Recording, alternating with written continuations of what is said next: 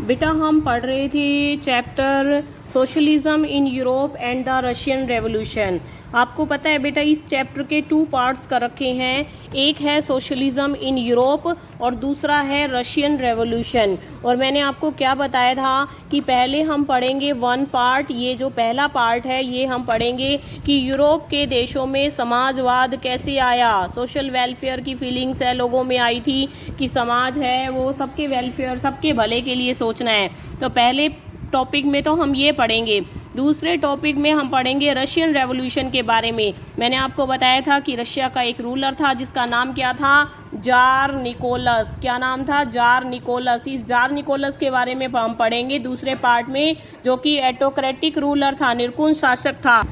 बेटा ये निर्कुंज शासक था। तो इसके बारे में हम रशियन रेवोल्यूशन के बारे में बाद में पढ़ेंगे। अभी हम पढ़ेंगे समाजवाद का उदय जो कि हुआ था कहाँ पर, यूरोप में। कल हम बात कर रहे थे कि सोसाइटी क्या हो रही है, रीस्ट्रक्चर हो रही है। फ्रेंच रेवोल्यूशन हुआ, फ्रेंच रेवोल्यूशन से लिबर्टी के, इक्वलिटी के जो आइडियाज़ हैं वो स्प्रेड हुए दूसरे यूरोप के अन्य कंट्रीज़ में। फिर आपने पढ़ा था कि 3 तरह के ग्रुप ऑफ पीपल हैं, लोगों ने ग्रुप बना लिए थे। 3 तरह की सोच के व्यक्तियों ने अलग अलग ग्रुप बना लिया था।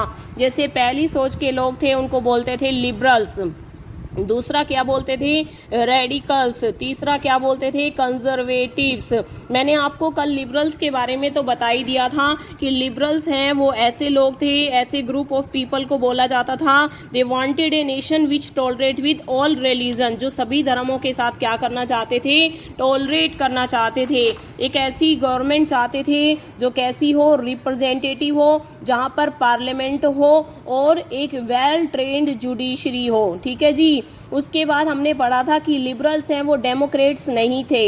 लिबरल्स डेमोक्रेट्स नहीं थे, मतलब वो ये नहीं चाहते थे कि सभी 18 जैसे मोस्टली क्या होता है कि जो डेमोक्रेट्स होते हैं वो ये चाहते हैं कि 18 ईयर्स और अबोव जो भी व्यक्ति किसी कंट्री में रहता है उसको वोट देने का राइट मिले।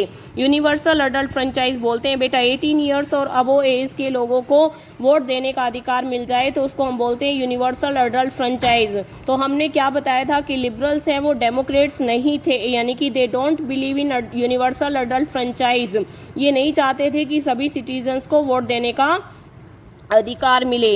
They felt man of property, ये चाहते थे कि सिर्फ जिनके पास प्रॉपर्टी है उनको ही वोट देने का राइट मिले। ये नहीं चाहते थे कि they also did not want the vote for women, ये नहीं चाहते थे कि वुमेन्स को वोट देने का अधिकार दिया जाए।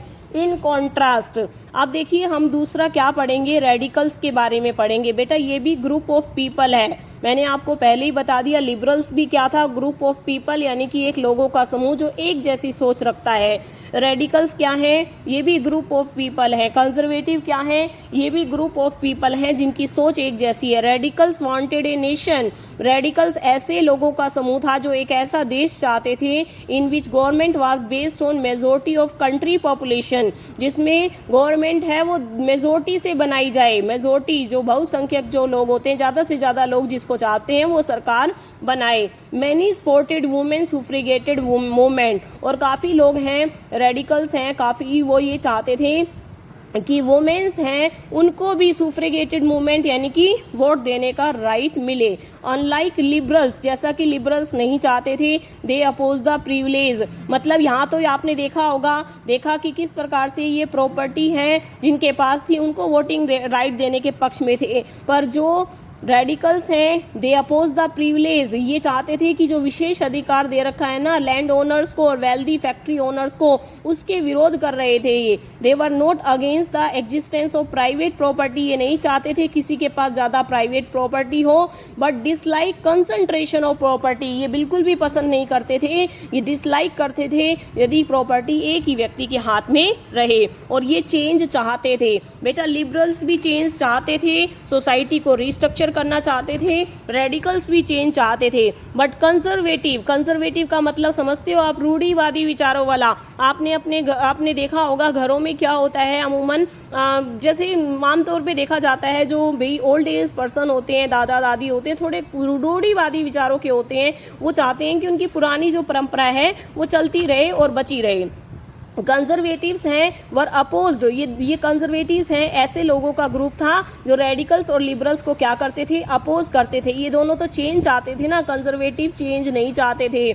After the French revolution, but जैसे ही फ्रांसीसी क्रांति हुई, इवन कंजर्वेटिव्स के भी माइंड थोड़े ओपन हो गए और वो भी थोड़ा सोचने लगे कि हाँ चेंज हो जाए तो अच्छा है। Earlier in the 18th century में कंजर्वेटिव हैं generally oppose the idea of change. पहले तो उन्होंने चेंज के आइडिया को अपोज किया, बट 19th सेंचुरी में उन्होंने एक्सेप्ट कर लिया। सम चेंज वर इनविटेबल, उन्होंने कहा हाँ कुछ चेंज होना चाहिए, but believe that past had to be respected, पर वो इस बात में भी विश्वास करते थे कि जो पास्ट है उसकी भी रिस्पेक्ट की जानी चाहिए। तो उन्होंने धीरे धीरे चेंज को एक्सेप्ट किया। ठीक है बेटा, जैसे आप देख भी रहे हो आपके परिवार में ऐसा होता है, आमतौर पे ऐसा होता है, जो मम्मी पापा होते हैं उन जैसे ओल्ड एज उनके मतलब जैसे भी जो भी उदाहरण मैं आपको देना चाह रही हूँ आप समझ रहे हैं, तो वो कंजर्वेटिव सोच के होते हैं थोड़े से। तो कंजर्वेटिव सोच के साथ साथ वो कुछ छूट भी देते हैं अपने बच्चों को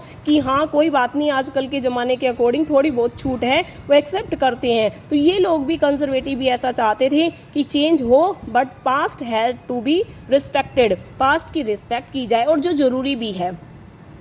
सच डिफरिंग आइडियाज, अच्छा मैंने आपको बता दिया ये अलग अलग आइडियाज थे, ठीक है, जिनकी सोच की वजह से सोसाइटी में क्या आया, चेंज आया। लिबरल्स और रेडिकल्स बेटा क्या चाहते थे, चेंज चाहते थे सोसाइटी में, बट कंजर्वेटिव ने 18th सेंचुरी के बाद क्या किया था, 18th सेंचुरी के बाद तक तो उन्होंने कोई चेंज है उसको एक्सेप्ट नहीं किया, बट 19th सेंचुरी में उन्होंने कुछ चेंज को एक्सेप्ट कर लिया। अब हम पढ़ेंगे रशिया की इंडस्ट्रियल सोसाइटी और सोशल चेंज के बारे में कि जो रशिया है उसमें कैसी इंडस्ट्रीज थी, इंडस्ट्रीज हैं उन पे मालिकाना हक किसका था, इंडस्ट्रीज हैं वो कौन से एरियाज में थी, और किन किन जो कौन से रेवोल्यूशनरी हुए हैं, क्रांतिकारी हुए हैं, जिन्होंने जो ये concentration of wealth in few hands है इनके खिलाफ आवाज़ उठाई है और सोशलिज्म है वो यूरोप में क्रिएट करने की कोशिश की है। ये हम अपने अगले वीडियो में पढ़ेंगे। ठीक है बेटा, क्या पढ़ेंगे, इंडस्ट्रियल सोसाइटी